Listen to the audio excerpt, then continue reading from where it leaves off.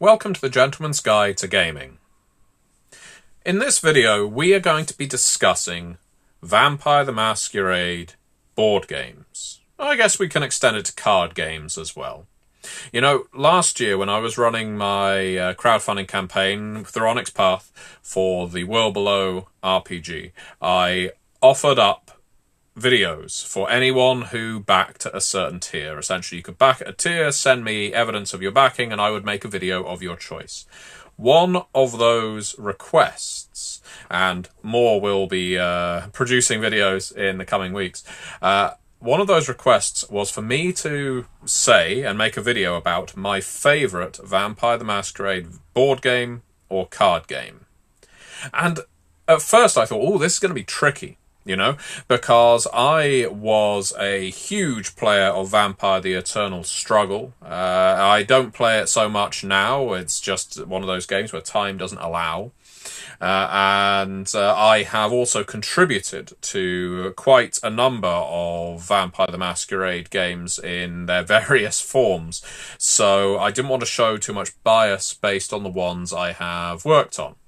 So I decided I would take this video subject seriously and play a lot of those games. Over the last month, I have, with my friends, got involved in another Eternal Struggle game for the first time in a long time. We played Vampire the Masquerade Rivals. I played them with my nephews, Rivals with my nephews. I played, Heritage with my local gaming group, Vampire the Masquerade Heritage. And I have started up the campaign of Vampire the Masquerade Chapters with my local gaming group as well. And beyond that, I also contributed to Blood Feud, which is an epic game for which you can, support anywhere up to, I think, about 30 players. I don't have that number of players on hand at any one time, so that one hasn't really come into the picture. But it allowed me to measure which of these games I preferred. Now, the one I haven't played is Vendetta. I haven't actually given that one a go yet. I think I contributed something to it, but I honestly can't recall to a certainty. Now, what we could do is a ranking. I considered that. Do I rank them? But then I thought, no, that's not really fair. As always, these things are subjective. Different people are going to take different things, and sometimes it's based on the experience of the people you play with. What I settled on was a tie at first. The tie was between Vampire the Masquerade Heritage. Here, this is my author copy of Heritage. It's actually a prototype copy. There are very few of them in existence. Heritage is by, Nice Game, and my copy, well, I've got the full version, but I also have this prototype version with lots of pre-release material in. So I'm if you're interested in buying it, contact me through MatthewDawkins.com, because I don't need it anymore. But if you want a rare item, especially related to Vampire the Masquerade, I will genuinely entertain offers if you are interested in the author prototype of Vampire the Masquerade Heritage. So I had that, which is a legacy game. It's a legacy card game. There's a little bit of board game mechanics. You play across multiple eras and multiple generations. You get to essentially build lineages of vampires set in your specific clans, embrace various famous and infamous people. It's a very involved game, and it is a game of which I'm very fond, and I very much enjoyed contributing to it. The other game is Vampire the Masquerade Chapters. Now, I can't hold up the main rulebook for it, and the main box set for it, not just because of its weight, although it is a sizable one.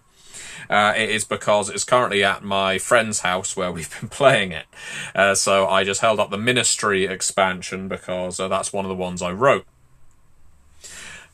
Now, Chapters is a different kind of game. It's also a legacy game, but this one's more along the lines of, it's a board game with skirmish combat, choose your own adventure, and it's deeply involved in Vampire the Masquerade lore. You can play characters of any clan, more or less, and you basically get to tell the story depending on which characters you play. It can support up to 4 different characters. You can play it solo, or you can play it with multiple players, up to 4.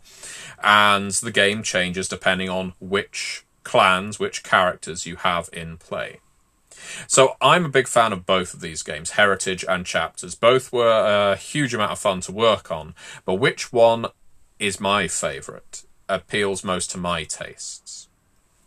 I have to say, Chapters is the one that appeals the most.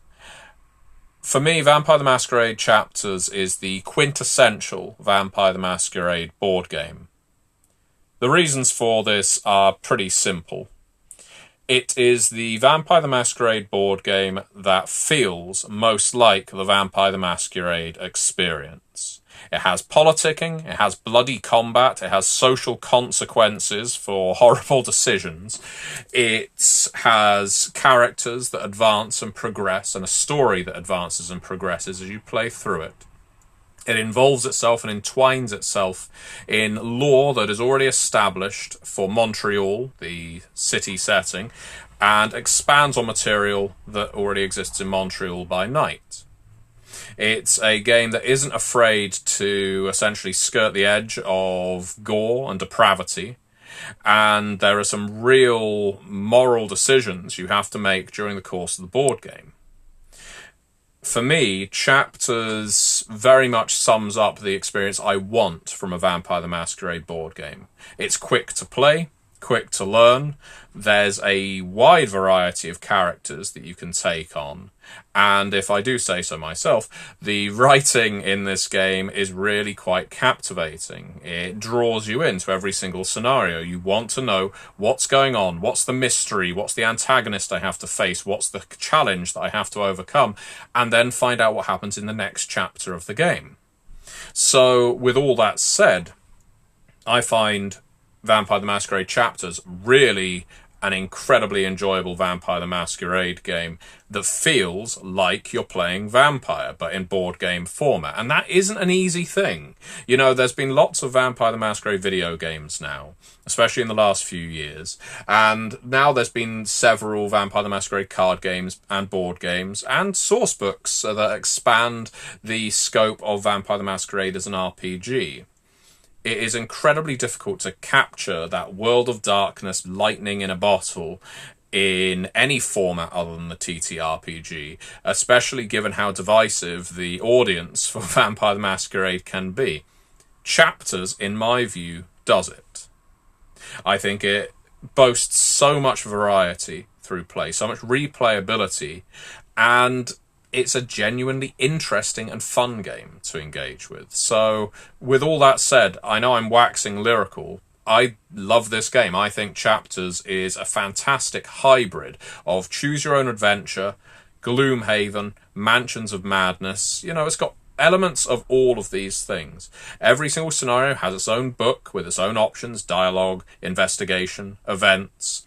Every single chapter allows you to advance further throughout the game, but you branch off in different directions depending on the choices you make, and that cuts off certain avenues to you, making it feel like your choices have weight. In short, it is a game that I would recommend to anyone looking to get into Vampire, as well as established fans of Vampire. Now, that's a pretty bold claim.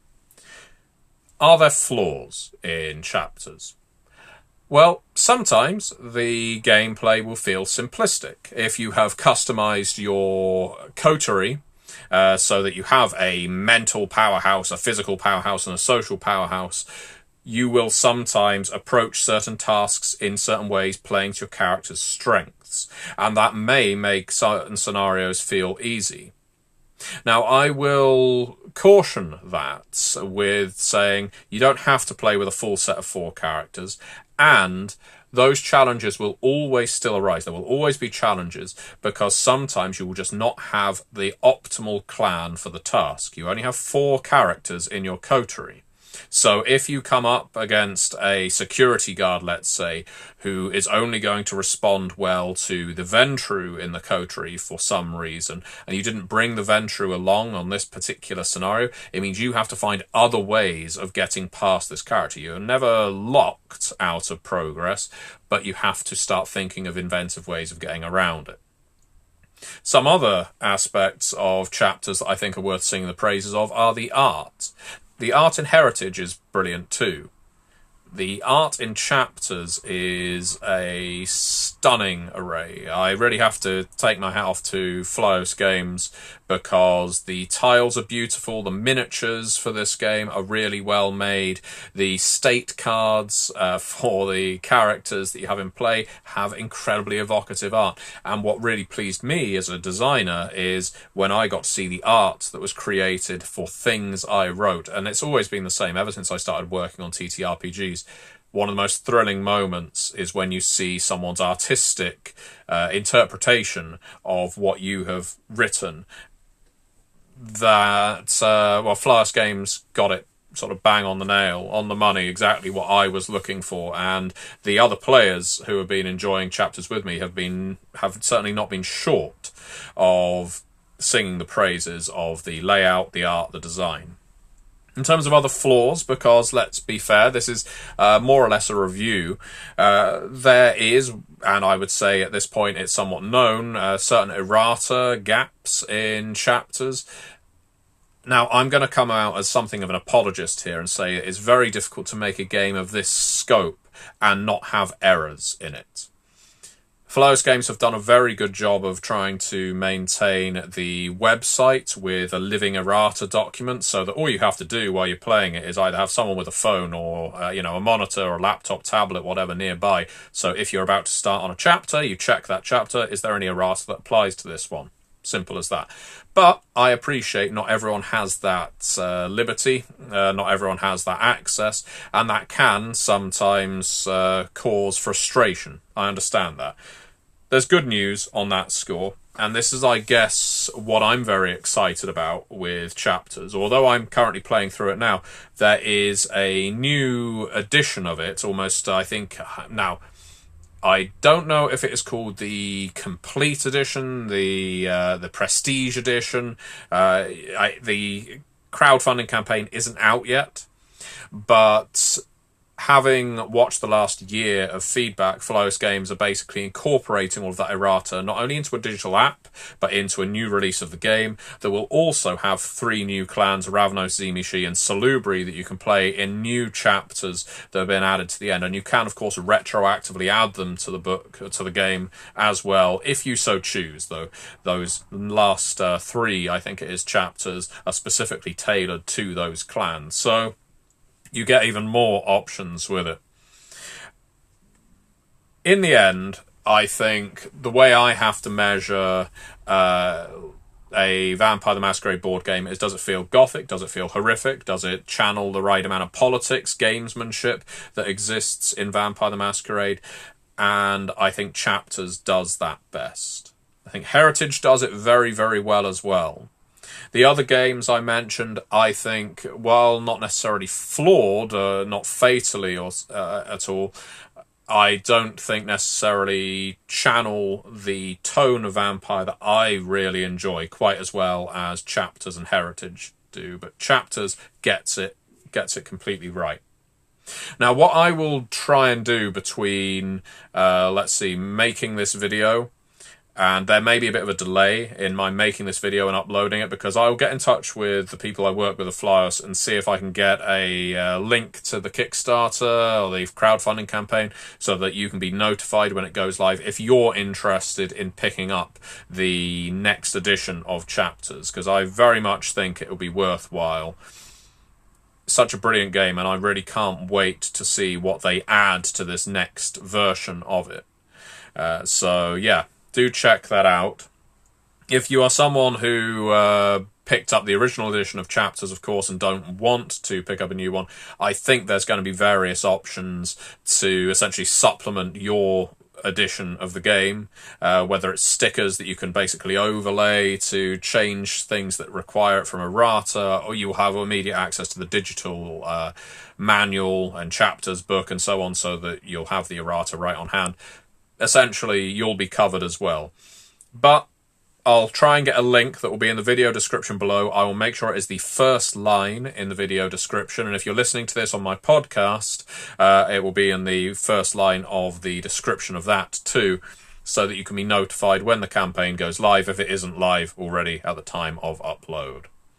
So I hope all of that makes sense. I think the Chapters game nicely channels what everyone thought was fantastic about Montreal by Night in the 90s and the 2000s, when Montreal by Night was still vivid in everyone's mind as a Sabbat domain. It is a wonderful story where you are basically exploring the aftermath of the Sabbat's disappearance from Montreal. But the new regime that is in place is completely unstable, untrustworthy, and various people's loyalties to certain sects are certainly in question. Your characters basically have to crack through all of that mystery, find out, have the Sabbat returned? Is there something else at play? What is it living underneath the domain, if living is the correct word? Every character goes on an interesting journey in this game, and when I run a role-playing game, that's what I want my players' characters to do. So if I can get that out of a board game as well, I am completely hooked on it. So kudos to you folks at Flyos Games, and I very much recommend anyone watching this picks up Chapters when the next crowdfunding campaign does go live. The link will be below, so make sure you click on it, and even if you don't have the money now, click on it so you can get notified when the campaign goes live. Now, all of that said, I have got a lot of videos that are queued up right now. Thank you so much, those of you who've been waiting since the World Below crowdfunding campaign. You will get your video in due course. All of them are being made. I sometimes just have to wait for gaps in my writing schedule to make these videos, but I haven't forgotten. So thanks so much for watching, and I will catch you next time.